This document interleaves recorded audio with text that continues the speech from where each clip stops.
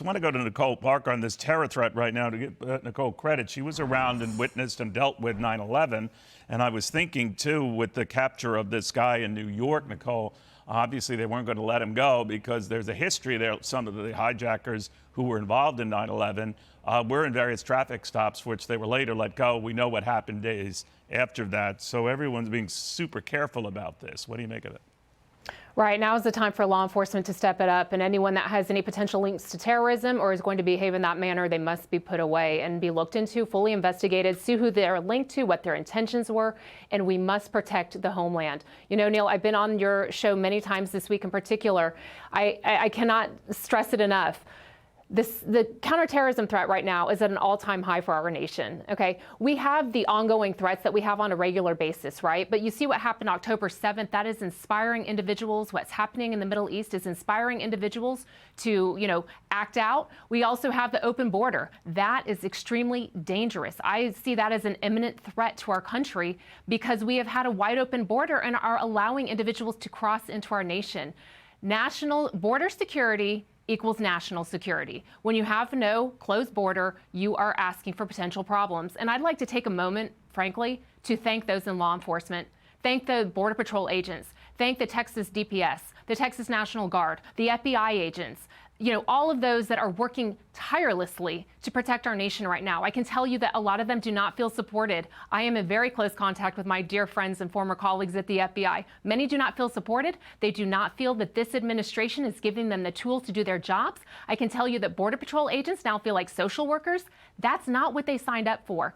But we need to have our admiration and respect for them because it is a thankless job, but yet we are expecting them to protect us from another terrorist attack and another 9/11. What is more worrisome to me, Nicole, and you maybe understand this process better than I, in fact, that's a given, but we haven't raised officially the terror threat in this country, even with all of these developments. I know that the old days we had the color levels and all of that. Those days seem to have gone, by the wayside here, but shouldn't that have happened already, given these arrests, given some of the curious activity, that at least raise that threat, make it known to the American people this is going on? Correct. I think we're so far off the charts. Where are you going to raise it to at this point? I mean, Christopher Wray can only get in front of Congress so many times and testify. But I have something that I want to present as well. Christopher Wray, he knows that it is the FBI's job to prevent a terrorist attack. Right. And I sure hope that he has had closed-door meetings with Secretary Mayorkas on a regular basis, explaining to him how dangerous it is to have this border open. I hope he has said, you know what, you are putting us in grave danger and grave risk.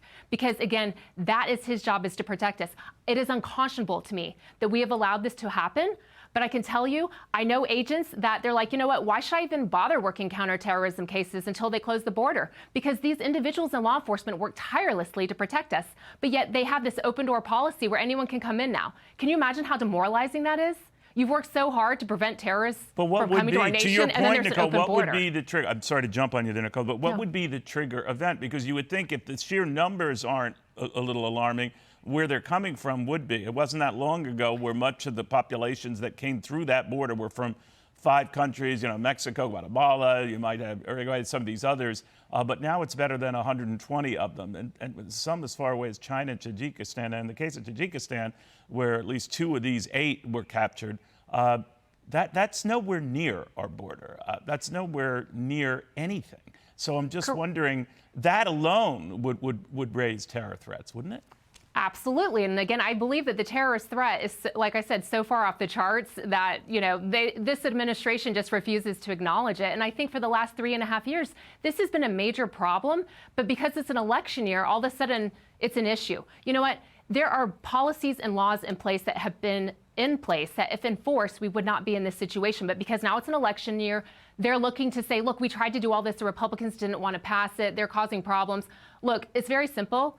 Enforce the current laws on the books, close the border, and the problem is now the damage is done, right? You've got millions of people here. It's like playing hide and go seek, Neil. It's like telling 13,000 FBI agents, hey, you know what? There's 10,000 people here. Go play hide and seek and go find the potential terrorists. And let me note that of the 13,000 FBI agents, Not all of them are assigned to work counterterrorism. They're not. So it would literally take so many more FBI agents working full-time on counterterrorism to address the potential threat that they have put our country in.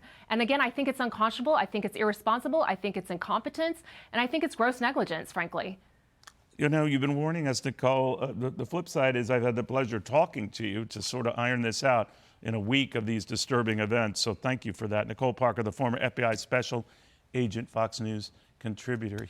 I'm Steve Doocy. I'm Brian Kilmeade. And I'm Ainsley Earhart. And click here to subscribe to the Fox News YouTube page to catch our hottest interviews and most compelling analysis.